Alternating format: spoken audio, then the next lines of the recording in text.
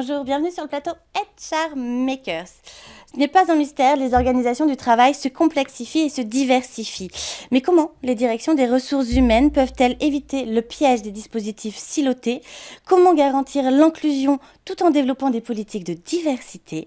Et surtout, bien évidemment, comment répondre pleinement aux attentes des collaborateurs dans un contexte particulièrement mouvant? C'est la question que je pose à mes deux invités de ce matin. Merci beaucoup d'avoir répondu à mon invitation. Mathilde Lecoz, vous êtes DRH chez Forvis Mazars. Bonjour. Et vous êtes accompagnée de Franck Goupy, ex-DRH de Séché Environnement. Bonjour. Merci beaucoup d'être présent ce matin. Mathilde, ma première question s'adresse à vous. On sait que les entreprises deviennent de plus en plus poreuses aux évolutions de la société. Alors je dis de plus en plus, mais peut-être que finalement ça a toujours été un petit peu le cas. Mais en tout cas, les urgences sociétales que l'on connaît actuellement sont très présentes. Que ce soit au niveau de la RSE, que ce soit au niveau aussi des enjeux de D&I, de diversité et inclusion. Quel impact ont ces dynamiques sur votre fonction RH ? Alors, effectivement, beaucoup de conséquences. C'est vrai qu'on parle aujourd'hui parfois des difficultés à faire société. Je dirais la même chose en entreprise. Faire société en entreprise, qu'est-ce que ça veut dire ? Parce que voilà, ça a des organisations composées d'hommes et de femmes qui sont avant tout citoyens. Et on le voit aujourd'hui qu'effectivement, tous les enjeux sociétaux sont en train de rentrer dans l'entreprise, que ce soit les débats géopolitiques, malheureusement, les guerres et les conflits qui aujourd'hui peuvent opposer aussi des parties de la population et parfois même en France, les sujets bien évidemment d'inclusion au sens large, de diversité, mais aussi tous les enjeux environnementaux aujourd'hui. Et puis la dernière thématique qui vient d'émerger, c'est l'impact d'IA générative sur l'emploi, sur justement l'égalité aussi des chances par rapport à cet enjeu qui arrive. Et aujourd'hui, la fonction RH, elle doit trouver un compromis en fait quelque part au milieu de toutes ces thématiques qui créent parfois des injonctions contradictoires. Si on prend la technologie ou l'environnement, si on prend aussi les enjeux d'inclusion, on va en parler, comment promouvoir ce qui fait nos différences, mais pas rentrer non plus dans du communautarisme, parce que le sujet, c'est vraiment de créer l'inclusion. Et je trouve que ça nécessite en tous les cas, que la fonction RH s'équipe de compétences qu'elle n'avait pas forcément par le passé, parce que pour comprendre tous ces enjeux, il faut pouvoir aussi décrypter, aussi bien manier les enjeux sociétaux que technologiques, qu'environnementaux, qui n'étaient peut-être pas en tous les cas la sphère dans laquelle la fonction RH œuvrait en priorité, et surtout pour être capable d'avoir quelque part une sorte de tour de contrôle, mais je dirais pour essayer de trouver une position, un compromis, une vision aussi 360, parce que tout ça se connecte, se parle, et donc pour avoir une meilleure compréhension des enjeux qui sont en train d'arriver et d'être adressés dans l'organisation. Oui. Franck, de votre côté, est-ce que vous avez le même constat sur ces mutations de la fonction RH, des problématiques qui se diversifient ?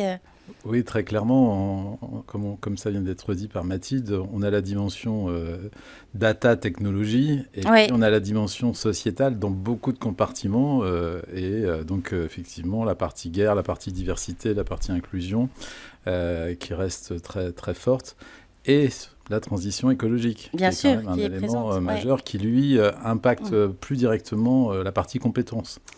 Donc, voilà. Sur cette partie compétences, est-ce que ça veut dire aussi que votre rôle de DRH, le pacte que vous avez avec les collaborateurs, change ? Est-ce que... parce que il y a cette notion de compétence, il y a des notions aussi d'employabilité durable. Les métiers de demain, on ne les connaît même pas aujourd'hui et ça va aller très très très vite. Est-ce que votre pacte finalement, le matin quand vous mettez votre blouse de DRH, est-ce que vous avez senti que le pacte finalement que vous faites avec les collaborateurs change un petit peu ? Il me semble que, je ne sais pas si c'est le pacte qui change, mais c'est la capacité à le réaliser, on va dire. Il y a tellement de sujets croisés, tellement nombreux, que si on n'approche pas les sujets de manière un petit peu holistique, ça devient assez compliqué. Du coup, notamment vis-à-vis de l'employabilité durable, en fait, on a besoin de répondre à des aspects qui sont de transition écologique, on a besoin de répondre à des aspects qui sont aussi d'intelligence artificielle générative, on a besoin de répondre à des aspects que sont robotique, digitalisation. Mais après, il y a les aspects sociaux classiques qui sont attraction, fidélisation des talents, engagement. Oui, qui reste... Et en fait, si on prend tous ces sujets-là, c'est plus intéressant de chercher à les prendre ensemble pour répondre à tous ces enjeux plutôt que de les prendre séparément. Parce que si on prenait encore l'inclusion et la diversité, on peut le découper en 5, en 6. Oui, c'est ça. Et donc, on n'a pas vraiment, entre guillemets, les moyens, ni en temps, ni en engagement, que ce soit au niveau de nos équipes, au niveau des managers, de séparer tous les éléments. Et surtout qu'au cœur, il y a vraiment cette transformation du monde, on va dire, incluant les compétences. Et les enjeux sont tellement profonds et forts, avec des risques parfois sur l'emploi ou des opportunités, selon comment on veut les voir, que c'est plus intéressant de l'aborder vraiment de manière globale, surtout qu'après, on a des facteurs, on a des impacts collatéraux qui deviennent positifs. Si on dit, voilà, nous, on est une entreprise qui est engagée sur la transition écologique, ça peut jouer un rôle d'attraction. Oui. Si on dit, on vous accompagne dans la transformation de compétences, ça peut jouer un rôle de fidélisation, parce qu'on ouvre à des opportunités de carrière, on est très ouvert. Si on dit, voilà, nous, on est plutôt sur le participatif, l'empowerment, que vous pouvez donner vos idées en dehors même de votre rôle et de votre responsabilité, tout ça, ça peut contribuer à l'engagement. Et donc, c'est vraiment cette approche un peu globale qui peut être intéressante et peut-être qui devient plus nécessaire que dans le passé, où on n'avait pas autant de choses à... Et puis la vitesse, parce que, par exemple, là, c'était l'anniversaire de ChatGPT, 2 ans. Ouais, c'est vrai. Chacun... là, je sais que pour les cadeaux de Noël, par exemple, certains l'utilisent pour savoir quel est le bon cadeau à faire. Pour prévoir les vacances. Donc, voilà, donc c'est vraiment... On va avoir le même cadeau. C'est vraiment rentrer dans les vies de chacun, y compris pour le petit cadeau de Noël. Donc, voilà. Ça peut être un gros, voilà.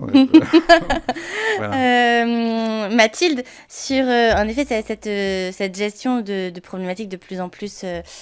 donc, il y a, vous, votre fonction qui change. Il y a aussi des attentes différentes de la part des collaborateurs. Et je voulais aussi vous demander, est-ce qu'il y a un risque à siloter les problématiques on sait qu'on travaille dans des couloirs de nage. C'est un petit peu aussi... la politique est un peu faite comme ça en France aussi, mais ça se répercute aussi chez vous. Complètement. Alors, peut-être pour revenir, oui, les attentes ont changé. On sent qu'il y a aujourd'hui une attente des salariés, des collaborateurs, des collaboratrices qui composent nos organisations, que l'entreprise puisse apporter justement une réponse sur un certain nombre d'enjeux, notamment sociétaux, environnementaux et technologiques. Et on n'a pas toujours la réponse aussi. C'est des choses qu'on le sait qui sont extrêmement compliquées. On le voit déjà dans le débat public. Donc, c'est vrai qu'en entreprise, c'est compliqué. Et on doit, de fait, faire société pour le bien et la mission de l'organisation. On peut avoir après deux manières de faire, soit ne pas du tout aborder certains sujets. Pendant des décennies, il y a un certain nombre de thématiques qu'on n'adressait pas dans les murs de l'entreprise en disant que ça n'y avait pas sa place. Mais on sait aujourd'hui que justement, pour des questions d'engagement, de productivité le bien-être, les conditions de travail, le bien-être psychologique sont des enjeux importants et donc nous nécessitent quelque part de parfois aussi adresser certaines thématiques dans l'organisation. Ça, c'est la première chose. Sur le rôle, comme le disait Franck, je pense qu'il se décale un peu, il se déplace, c'est-à-dire, bien évidemment, il y a des impacts dans la fonction RH, mais ça questionne même le rôle de la fonction RH au sein de l'organisation.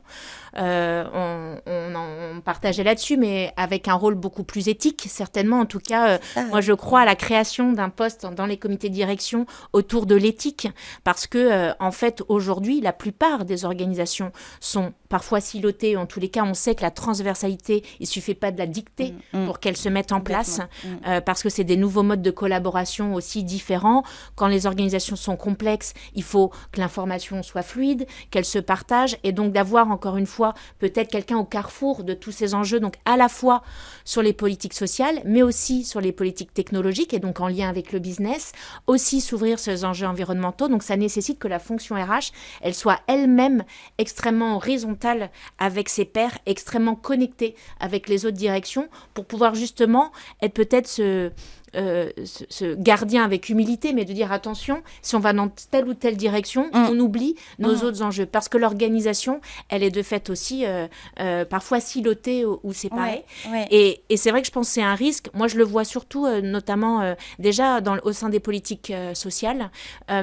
Effectivement, aujourd'hui, il y a beaucoup d'enjeux en termes de diversité à aborder. Mais pour autant, je me rends compte que parfois, à vouloir faire de la diversité, on ne fait pas de l'inclusion. Parce que chaque diversité va vouloir se reconnaître parce qu'il la différencie.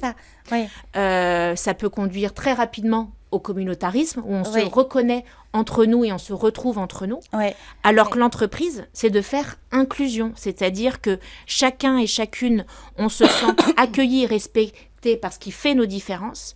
Mais si on est là et qu'on a décidé d'avancer ensemble, c'est parce qu'on a quelque chose qui nous rapproche. Et on l'oublie parfois en traitant la diversité. Et donc on risque de créer des programmes désilotés pour telle ou telle population. Et à la fin, on encourage quelque part de vivre au sein de cette différence. Et c'est pas ça qui fait, encore une fois, avancer l'inclusion.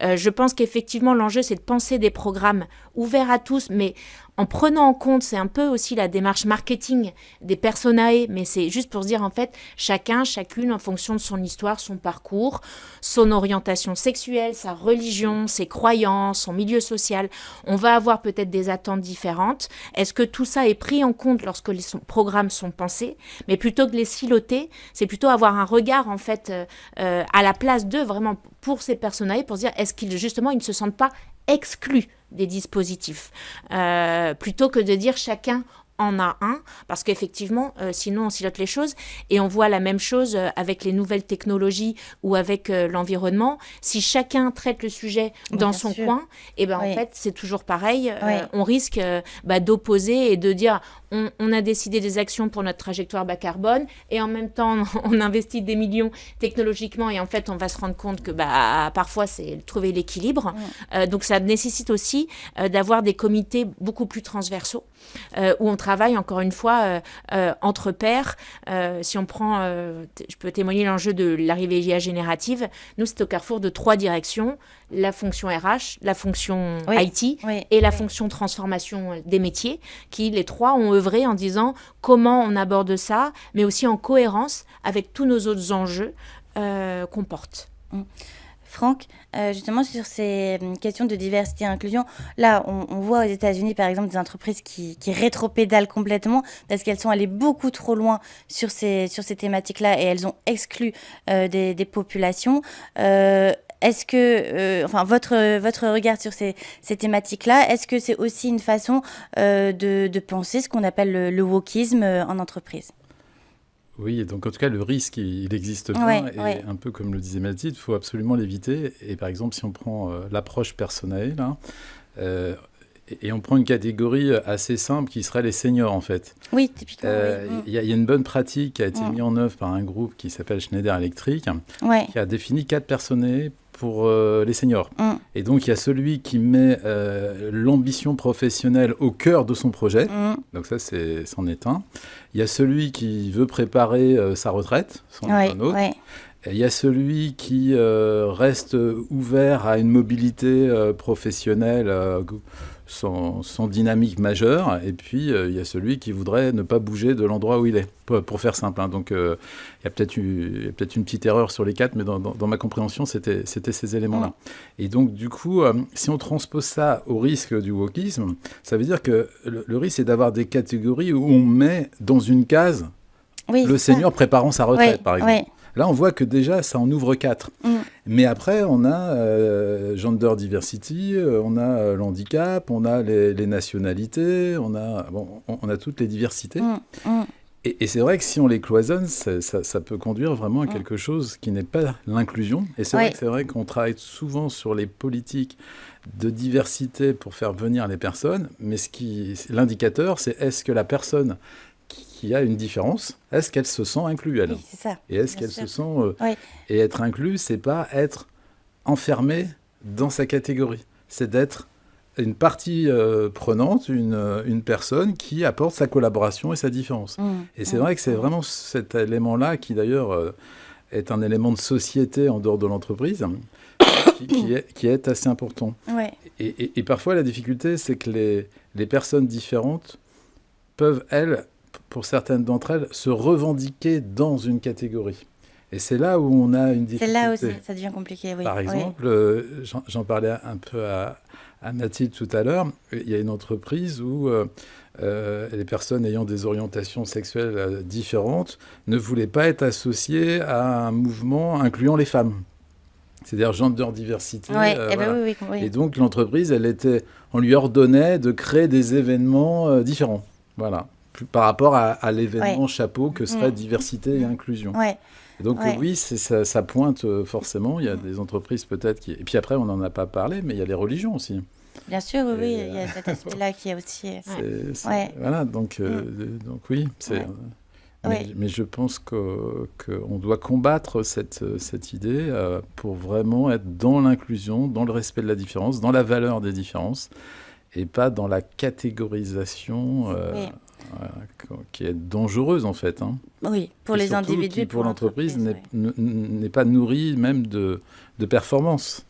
Puisque dans ce cas-là, au lieu de gérer 10 groupes, on en gère 100. Donc ça devient un peu compliqué. Mais c'est intéressant. Est-ce que on va très loin maintenant dans l'approche individuelle des collaborateurs? C'est très bien parce qu'on peut parler d'endométriose, on peut parler de ménopause, on peut parler d'une situation de proche aidant. Ça, c'est très bien. Mais est-ce que ça fragilise le collectif qui pourtant est si précieux quand on va au travail? On sait qu'on va au travail pour faire partie d'un collectif, pour participer à un projet commun. Mathilde.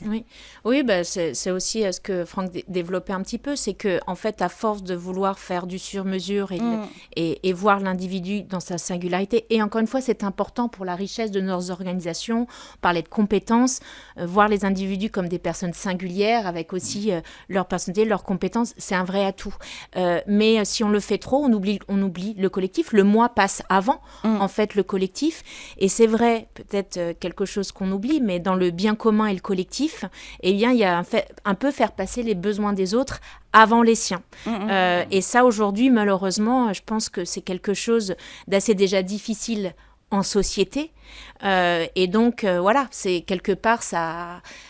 Pardon pour le thème, ça gangrène un petit peu les organisations. Mais oui, en fait on se voit du coup...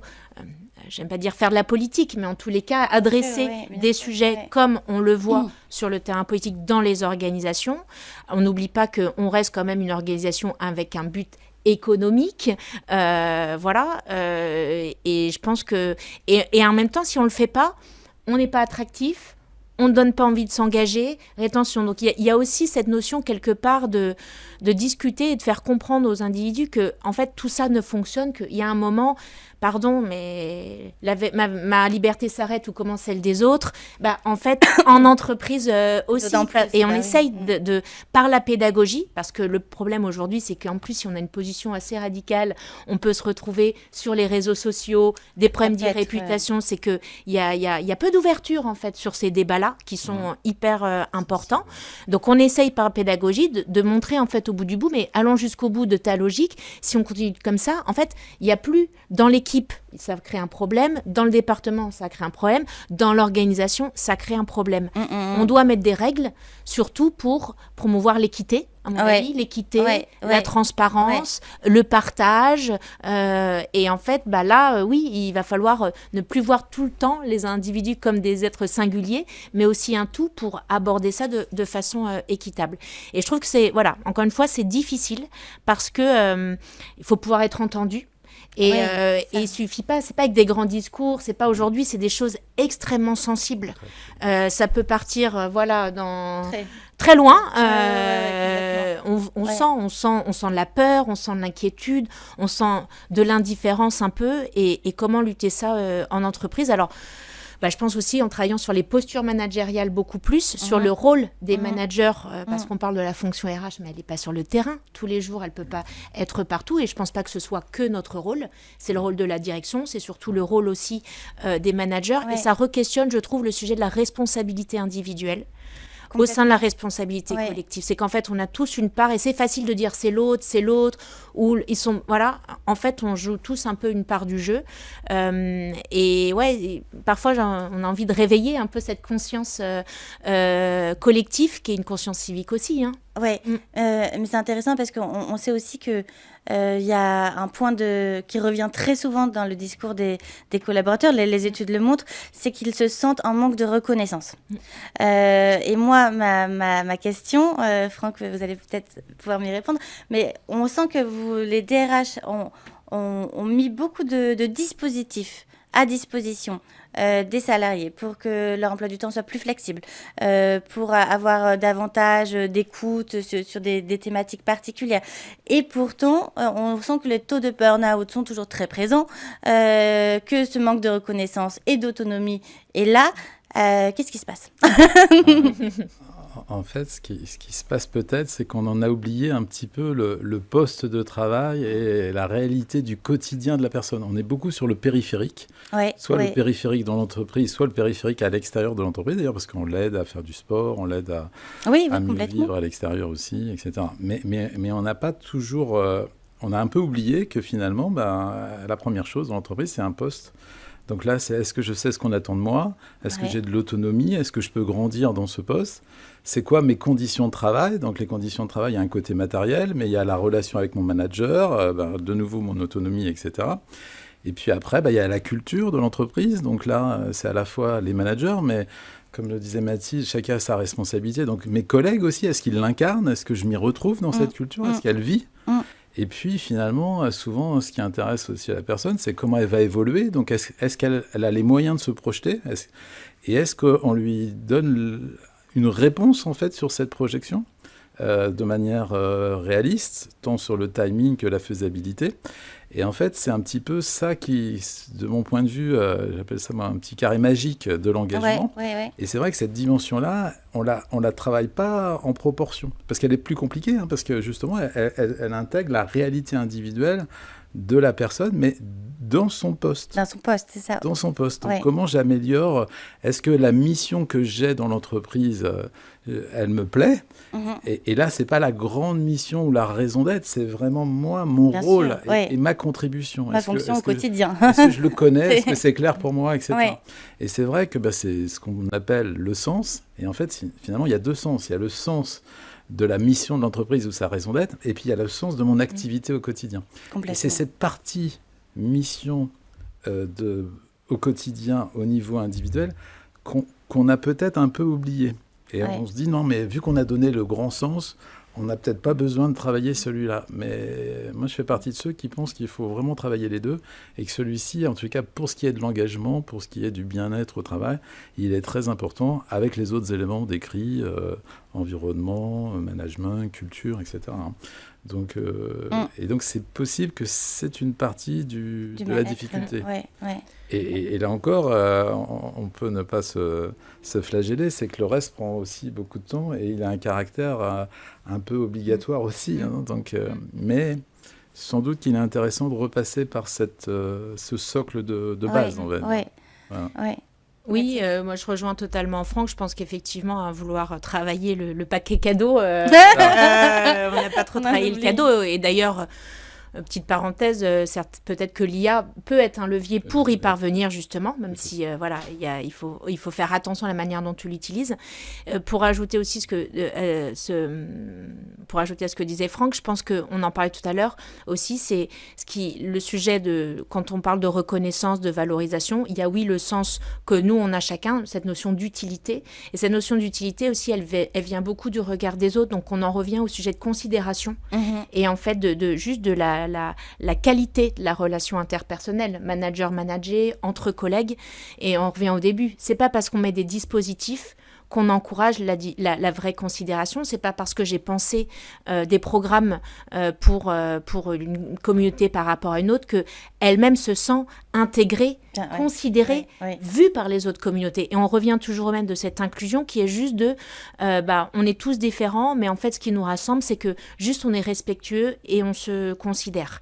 Mais ça, qu'on soit une petite ou une grande entreprise, après, je pense que encore plus quand tu es une grande entreprise, c'est le sujet les fameuses valeurs. Je pense qu'aujourd'hui, ça fait partie des leviers d'engagement de se dire j'ai envie d'appartenir à un groupe qui, malgré tous les parcours des uns et des autres, ce qui nous rapproche, c'est qu'on partage des valeurs. Sauf que ces valeurs-là, en fait, on peut être indulgent avec beaucoup de choses, mais si on veut que ce soit vraiment réel, moi je suis assez activiste vis-à-vis des valeurs, on n'est pas flexible. La transparence, c'est pas un coup ça nous chante, un coup on l'est pas, ou l'équité non plus. Ça demande un peu un combat tous les jours. Et en fait, c'est ça qui est hyper difficile en fait. On est beaucoup à afficher des valeurs, à lutter pour des comportements déviants ou non éthiques qui vont justement nuire à cette qualité interpersonnelle. Mais en fait, on n'est pas partout. Il ne faut pas développer non plus une psychose. Il n'y a pas la police dans l'entreprise. Et c'est là où ça revient à un sujet de responsabilité. Ça questionne chacun et chacune de dire, mais en fait, on a signé pour ce pacte et est-ce que nous-mêmes, on l'incarne et on se bat pour qu'il soit réel. Pardon, ça paraît un peu naïf, et moi je crois que c'est vraiment le sujet de l'humanité dans les organisations, et ça n'a rien à voir avec les dispositifs RH. On peut n'avoir aucun dispositif. Souvent on me dit ça coûte de l'argent, mais la considération, ça coûte de l'argent. Ça ne coûte pas d'argent, en fait. Mais par contre, c'est hyper exigeant avec qui on est, chacun, chacune, parce que, en fait, à tous les moments, on peut faillir. C'est extrêmement difficile. Merci beaucoup. On va rester sur ce mot de responsabilité individuelle et collective. Finalement, c'est un petit peu ça qui se joue au travail. Merci beaucoup. Mathilde, je rappelle que vous êtes DRH de Forvis Mazars. Franck, vous êtes ex-DRH de Séché Environnement. Merci pour vos réponses. Merci à vous. On se retrouve tous les lundis sur Be Smart for Change.